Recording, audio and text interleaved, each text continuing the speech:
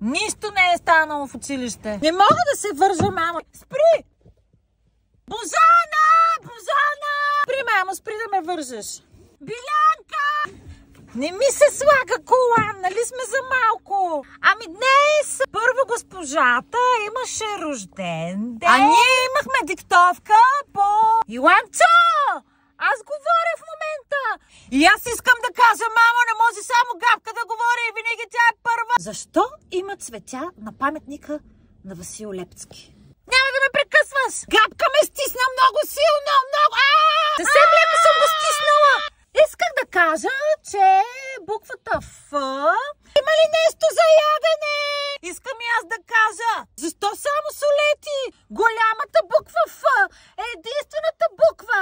Добре, дай солетите. За другото има ли нещо сладко за ядене?